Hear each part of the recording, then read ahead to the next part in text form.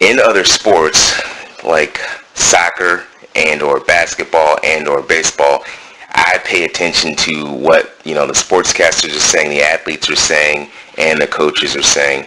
And lately, what a lot of coaches have figured out, I think probably since the 90s, at least on this part of the world, they figured out that athletes need a break, especially professional athletes, because the seasons are so long. Again, recovery, we're tying in recovery, and we're giving you descriptions, definitions of recovery.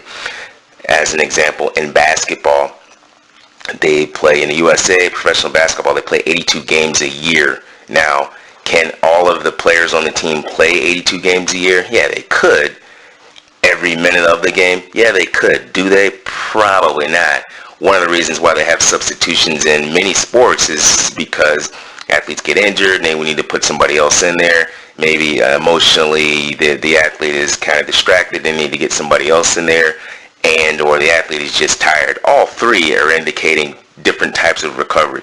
One is recovery from injury. The person is injured and they need time off so that they can get back to their homeostasis or where they need to be. Another one is psychological frustration or fatigue, where at that moment they need a break, they need to recover, and they need to get the heck out of there so they can calm their mind down and then they can get back in. And the third is physical fatigue, where they just, they've been pushed beyond their limit and then they need a 1 or 2 minute break and then they can go back in. Anyhow, I'm suggesting that recovery is built into a lot of sports based on those three concepts.